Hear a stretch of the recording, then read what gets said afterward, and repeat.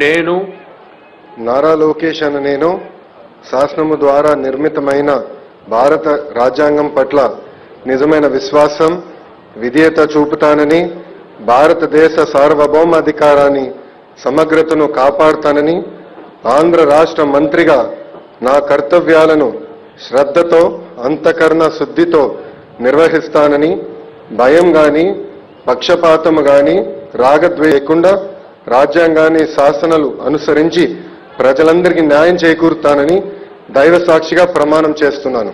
నేను నారా లోకేష్ అని నేను ఆంధ్రప్రదేశ్ రాష్ట్ర మంత్రిగా నా పరిశీలనకు వచ్చిన లేదా నాకు తెలియవచ్చిన ఏ విషయాన్ని నా కర్తవ్యాలను సక్రమంగా నిర్వహించేందుకు అవసరమైన మేరకు తప్ప ప్రత్యక్షంగా గాని పరోక్షంగా గాని వ్యక్తికి లేదా వ్యక్తులకు తెలియపరచనని లేదా వెల్లడించనని దైవ సాక్షిగా ప్రమాణం చేస్తున్నాను.